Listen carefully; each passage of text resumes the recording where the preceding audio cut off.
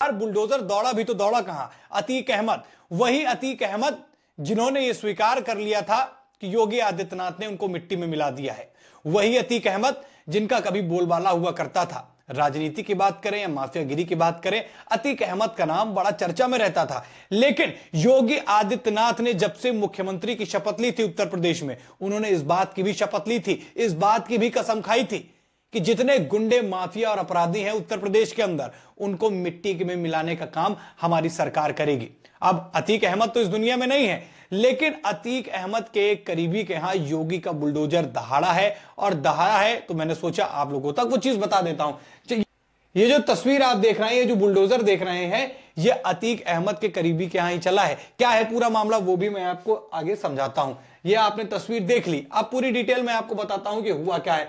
दरअसल प्रयागराज का एक क्षेत्र है रसूलपुर, वहां एक पड़ता है मरियाडीह, और वहां एक 25 बीघा जो है जमीन थी, वहां पर अवैध प्लॉटिंग की जा रही थी। यानी प्रयागराज में ही अभी जहां महाकुंभ संपन्न हुआ है, जहां योगी की पैनी नजर है, वहीं पर 25 बीघे में अवैध प्लॉटिंग की जा रही थी। जैसे ही खबर मिली, फिर क्या था, योगी ने दौड़ा दिया बुलडोजर, और जैसे ही बुलडोजर दौड़ा, फिर अतीक अहमद याद आ गई लोगों को। अतीक अहमद के क्योंकि करीबी थे, और इनका नाम है जैद खालिद, और इनके साथ और मतलब कई और लोग जो शामिल थे। पूरी इस प्रॉपर्टी को तहस नहस कर दिया गया है। और इन्होंने किया क्या था कि पीडीए से मानचित्र पास कराया था, और बिना पास कराए ही प्लॉटिंग शुरू कर दी थी। अमूमन क्या होता है कि प्लॉटिंग कराने के लिए आपको पीडीए से मानचित्र पास कराना होता है, इन्होंने ऐसा नहीं किया।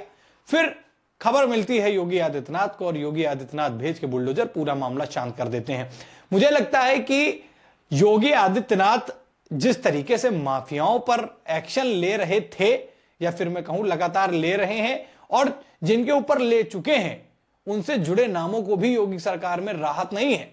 कई नाम ऐसे थे, आप अगर बात कर लीजिए अतीक अहमद की ही, तो अतीक अहमद का तो काम तमाम हो चुका है। अतीक अहमद के विषय में अतीक अहमद ने खुद ये जाते जाते एक्सेप्ट कर लिया था कि भैया योगी ने हमको मिट्टी में मिला दिया है, हमारे परिवार को छोड़ दो। लेकिन योगी आदित्यनाथ जब तक पाई पाई वसूल नहीं कर लेंगे, तब तक सारी चीजें ऐसे ही दौड़ती रहेंगी। और उनके करीबी जो कि सुधरे नहीं थे, जिनको किसी बात का डर नहीं था, उनको योगी आदित्यनाथ ने एक झटके में समझा दिया है कि अभी योगी आदित्यनाथ की सरकार उत्तर प्रदेश में है, भाजपा की सरकार उत्तर प्रदेश में है। ऐसे बेफालतू के काम, ये कब्जा और माफियागिरी, गुंडागिरी अब अभी प्रदेश में नहीं चल पाएगी।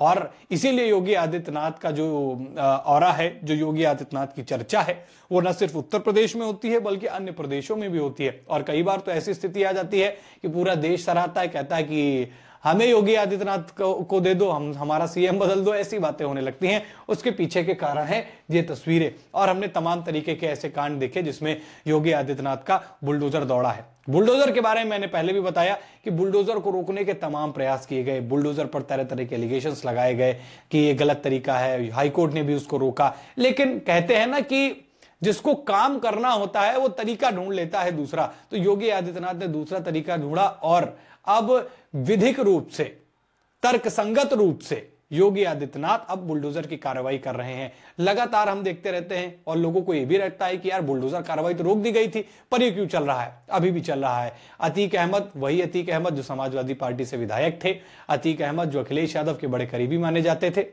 आज उनका तो काम तमाम उत्तर प्रदेश में हो ही गया है। अब उनके करीबी, जिनको थोड़ा सा भी शायद इलाज उनका बाकी था, उनका योगी आदित्यनाथ ने आज कर दिया है। और इस 25 बीघा की जमीन को, जहां पर अवैध प्लॉटिंग की जा रही थी, उसको पूरी तरीके से ध्वस्त कर दिया है। और आगे भी निर्देश दे दिए हैं कि भाई साहब, अगर यहां इस तरीके की कोई भी ऐसा काम हो तो फिर से पुलिस प्रशासन वहां पर पहुंचे और कार्रवाई करे। मामला प्रयागराज तक पहुंचा तो कौशाम्बी के सिराथू में भी बुलडोजर एक्शन लिया गया, जहां पर भी इसी तरीके की कुछ अवैध अतिक्रमण वाला पूरा मामला इकट्ठा हुआ था।